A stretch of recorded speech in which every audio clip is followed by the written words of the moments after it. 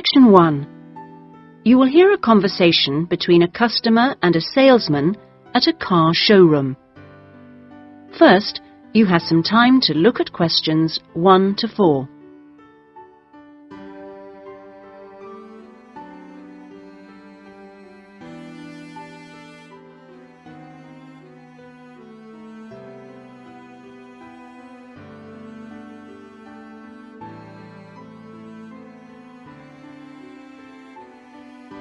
You will see that there is an example which has been done for you. On this occasion only, the conversation relating to this will be played first. Good morning. Please take a seat. How can I help you? Well, I'm thinking of buying a new car and I'd like some advice. Sure, yes. Had you got any particular make in mind? I'm interested in a leader. I've had one before and liked it, but I haven't really made up my mind. The customer states that she is interested in a leader, so leader has been written in the space. Now we shall begin. You should answer the questions as you listen, because you will not hear the recording a second time. Listen carefully and answer questions 1 to 4. Good morning. Please take a seat. How can I help you? Well, I'm thinking of buying a new car and I'd like some advice. Sure, yes. Had you got any particular make in mind? I'm interested in a leader. I've had one before and liked it, but I haven't really made up my mind. Sure. We've got various models. Right. What about the engine size? Any ideas? The one I've got at the moment's a 1.2-litre engine, but I find it a bit slow on long journeys. I'd like a bit more power this time. A 1.4 should do. I don't think I need a 1.6 or anything. Right. Well, I think the model you're looking at is the Max. Here's a picture. Oh, yes. Have you got one in? Yes, I'll take you to have a look at it in a minute. I'll just get a few more details. Is there anything else to do with the engine? What kind of gear change do you want? I presume you want a manual. I'd want automatic. I've never driven a car with manual gears. Right.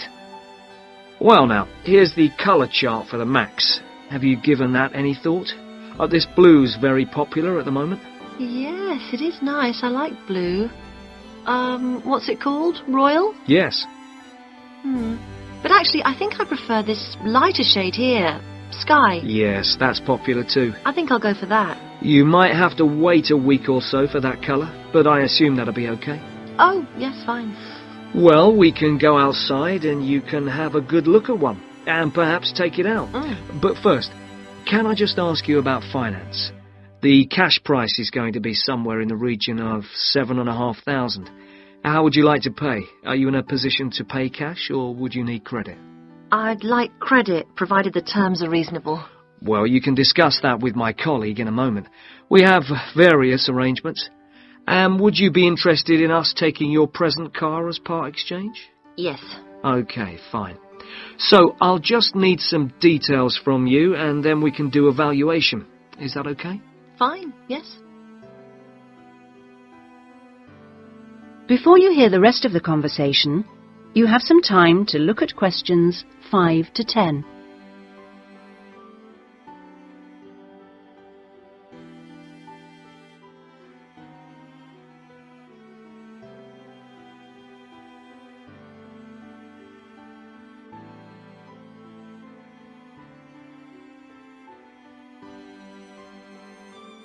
Now listen and answer questions 5 to 10.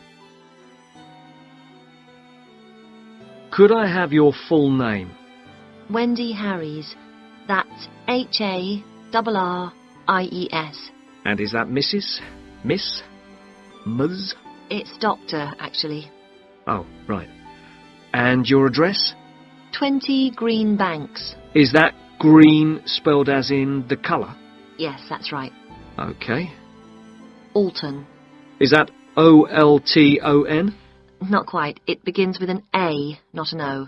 Oh, yes, that's in Hampshire, isn't it? That's right. And do you know your postcode?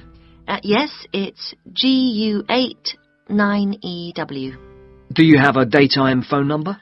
Well, I work at the hospital, but it's a bit difficult to get hold of me. I can give you a number just for messages, and then I'll get back to you when I can. Is that okay? That's fine. It's 0798 257 643. Fine. And about the car you have now, what make is it? It's a Conti. Do you know the year or the model name? I think it's 1996, and it's called a Lion, like the animal. Then it must be 1994, because they brought out the Fox after that. Oh, right, yes. Mileage, roughly? I'm not sure. I know it's less than 70,000. OK. What colour is it? It's grey, metallic grey. Right. And one last thing. What sort of condition would you say it's in? I'd probably describe it as reasonable. Do you need to see it? It's parked outside. Not at the moment, no. Perhaps you could call in one day next week. That is the end of section 1. You now have half a minute to check your answers.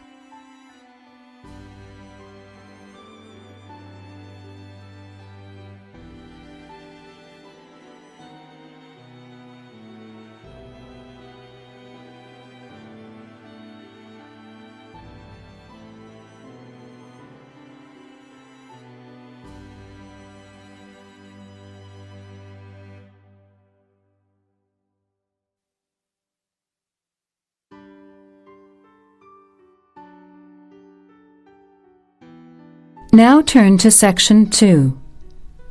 Section 2. You will hear the Overseas Student Officer talking to some new students about the arrangements for an excursion to Ironbridge. Before you hear the talk, you have some time to look at questions 12 to 16.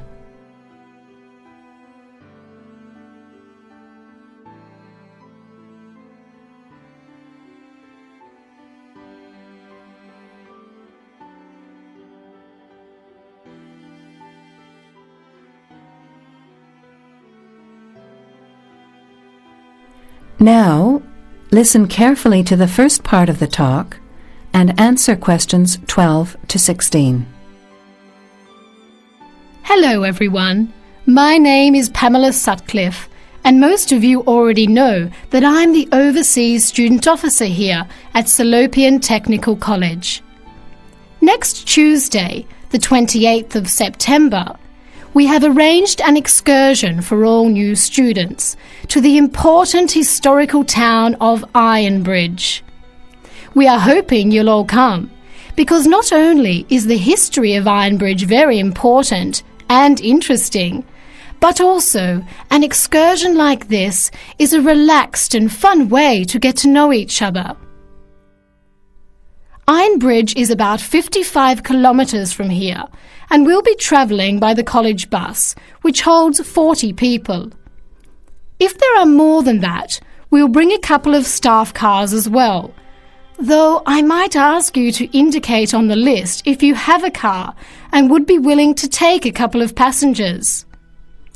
The list I'm referring to is up there on the student notice board, and if you would like to come on Tuesday, would you please add your name as soon as possible?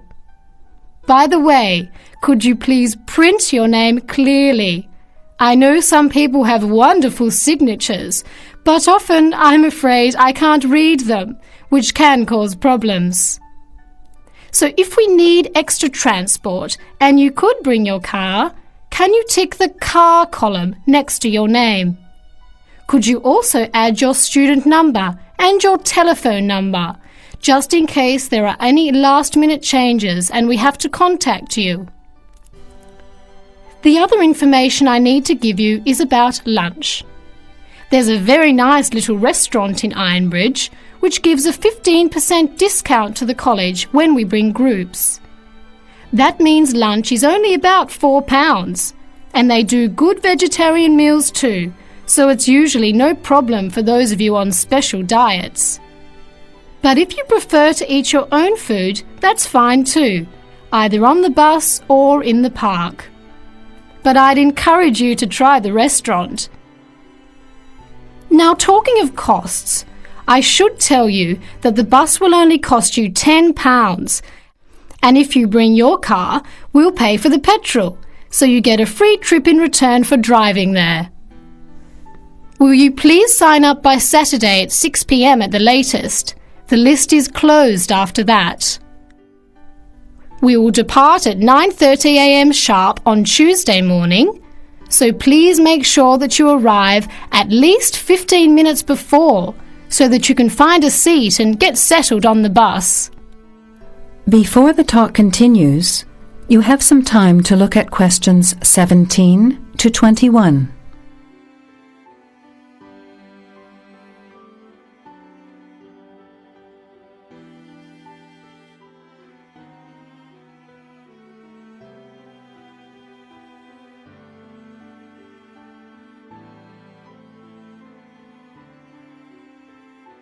Now, as the talk continues, answer questions 17 to 21.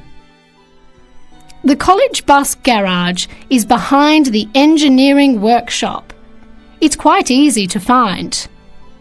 If you come here to the Student Union building, then walk east down the avenue until you get to the childcare centre on your left, and then turn left and walk past the sports centre and the tennis courts, which are both on your left. Cross over Central Square, and opposite you is the engineering workshop. Walk around the back and you'll see the bus.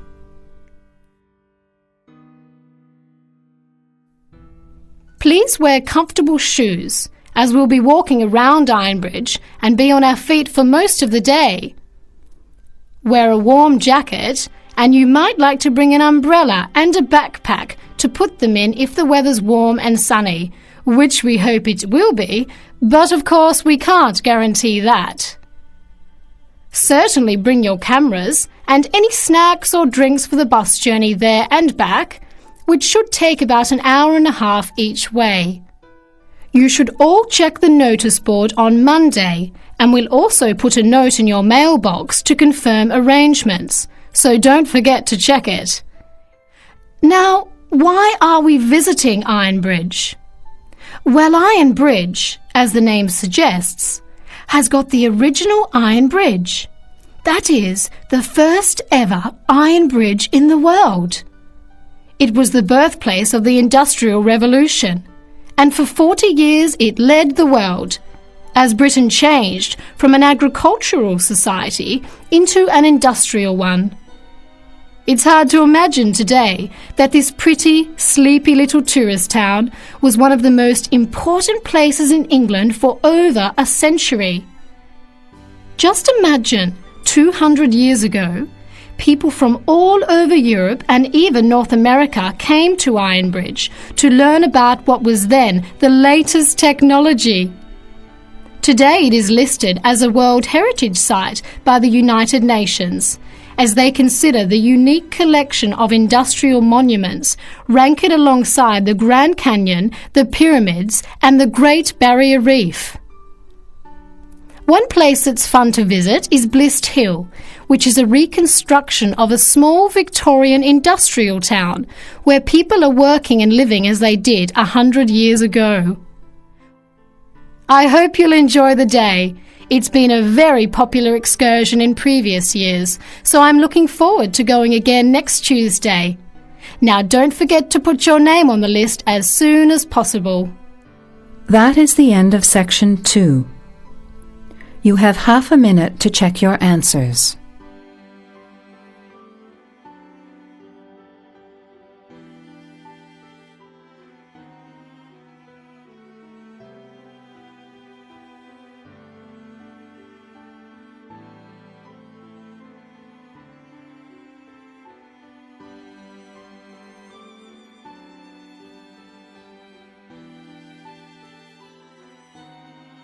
Now turn to section 3.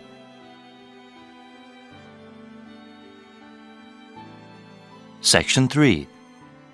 You will hear a conversation in a continuing education institute's office. First, you have some time to look at questions 21 to 25.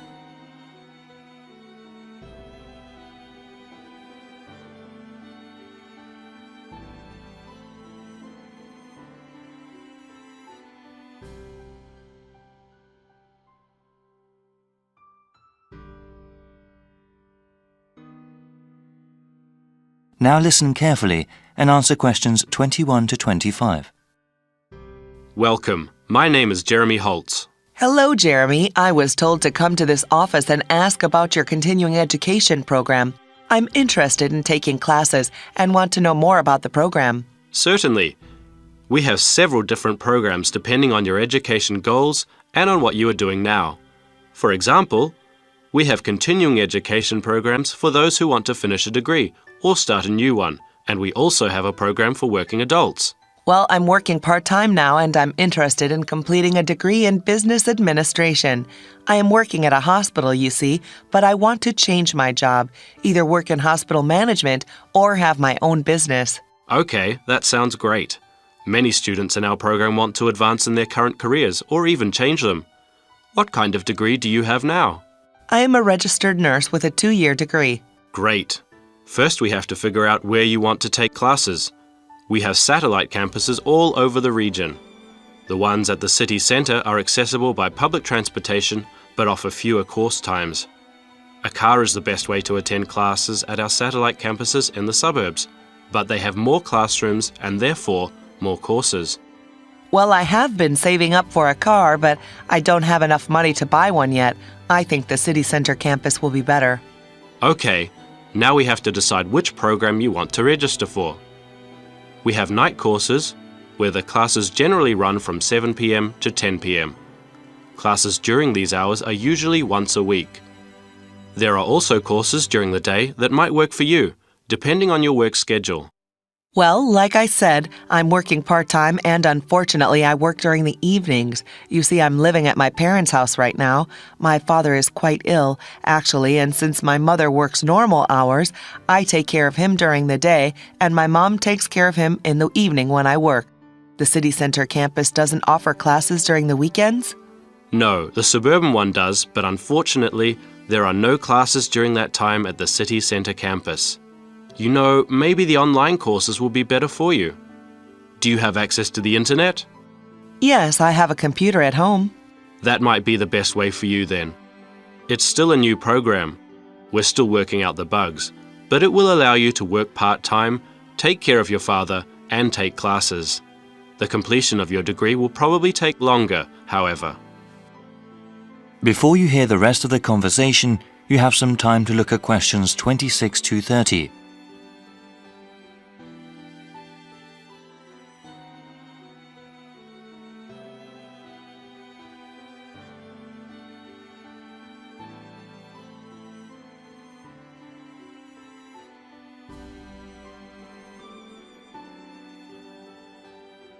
Now listen and answer questions 26 to 30. So, how exactly does this work? I'm slightly nervous about studying again. It's been years since I've been a student. Yes, it can be a bit daunting at times. Continuing your education and improving yourself are well worth the effort. Actually, before you start taking online classes, there are several refresher courses that you are required to take. What kind of courses are those? These are especially made for the returning adult student. We understand that education is just one of a number of priorities for those that take classes with us. The refresher courses teach you how to manage time and juggle between different areas in your life. Techniques like writing down your daily schedule and ways to avoid procrastinating are talked about. Also, there is one course that reviews basic study skills, like the most efficient way to read the course text, as well as basic academic writing. I think that would be really helpful for me. I enjoyed studying when I was going to school, but I definitely need some tips on how to manage my classes along with the rest of my life. Many students I've seen are in a similar position. They have to balance both their work and family life with their education. It's not easy, but it is very rewarding for the ones that finish their education all the way through. Okay, so how do I register for the classes? You need to go online to do that. I will give you a brochure with the appropriate web address. You can choose which course modules to take online. You can go through them as time allows. There is even a place to keep track of progress towards your degree. All right, can I ask then about the cost of the online courses? They are cheaper than classes at either campus, of course. Online, you'll see a number of different ways to pay. You can pay up front for each course module you take, or pay over a number of months. The latter method of payment will probably be better for me. Are the textbooks and other course materials expensive? No, not at all, actually. With all online courses, the relevant materials are included free of charge. They are available to download after you register. That sounds great. Thank you so much. No problem. My contact information is also in the brochure. That is the end of section 3. You now have half a minute to check your answers.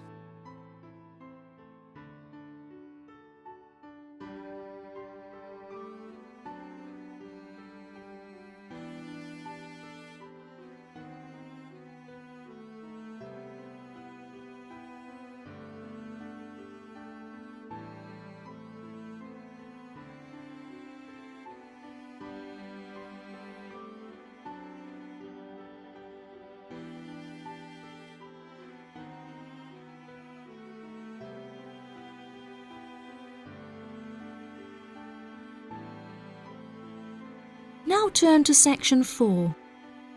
Section 4. You will hear a talk on the history of football in Great Britain in the 19th century. First, you have some time to look at questions 31 to 40.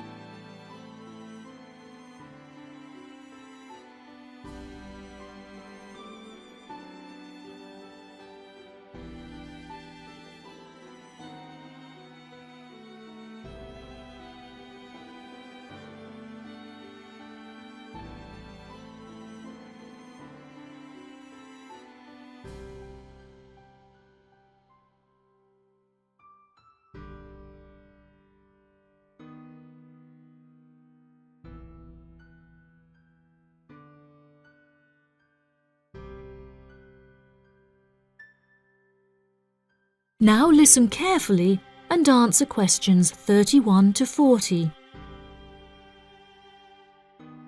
Great Britain is often hailed as the home of football, with talented players travelling from far and wide to play for teams in the English Premier League, one of the most popular football leagues on the planet.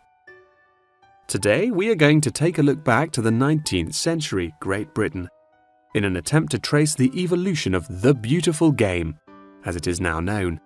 Prior to the 19th century, the game featured a wide variety of local and regional adaptations, which were later smartened up and made more uniform to create our modern-day sports of association football, rugby football, and Ireland's Gaelic football.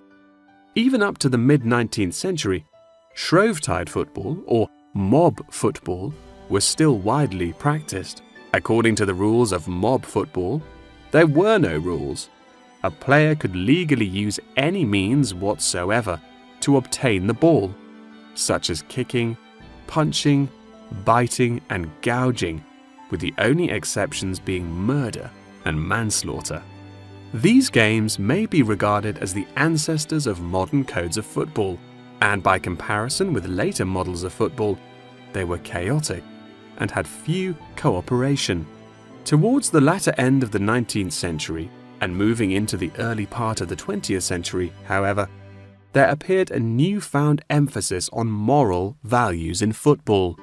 Perhaps a more modern example of this can be seen in John Terry's suspension as England captain, following reports of his infidelity to his wife. Furthermore, as mob football died away, there grew a greater concern for players' health and general well-being, with many clubs affording their top players access to frequent medical checkups and treatment.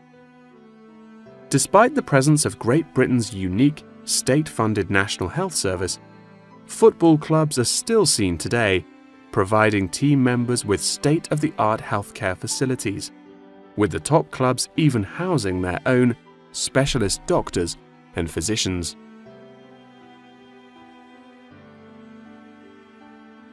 Today, football is a key feature of school children's day-to-day education, particularly for boys. With the help of football associations, all schools in the UK are boasting their own football teams. This mainly comes as a result of pressure put on schools and the government by concerned parents, who felt that football education taught their children valuable lessons and indeed vital life skills such as teamwork and a drive to succeed. Nowadays, many of the UK's top football clubs provide training facilities and outreach programs in an attempt to educate the nation's aspiring youths. As I previously mentioned, it was only during the 19th century that football in its uniform concept truly began to emerge, with footballers previously playing according to their own versions of the rules. However, it was not until the early 20th century that different players actually began to play according to these standardized rules. Prior to the 19th century, football was played by all the major English public schools, including the likes of Eton College, Winchester College, and Harrow.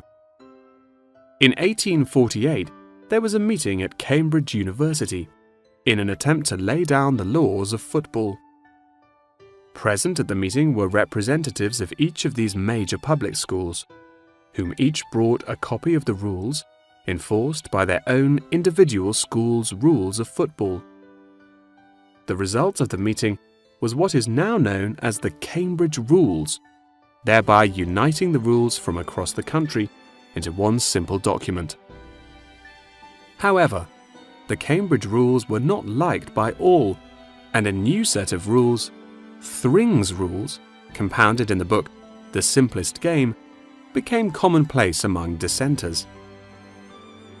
Across the country, improvements in infrastructure and public transport had a knock-on effect of dramatically increasing attendance to football games. Football quickly became a social event where spectators would meet friends, drink tea, and chat about the good old days.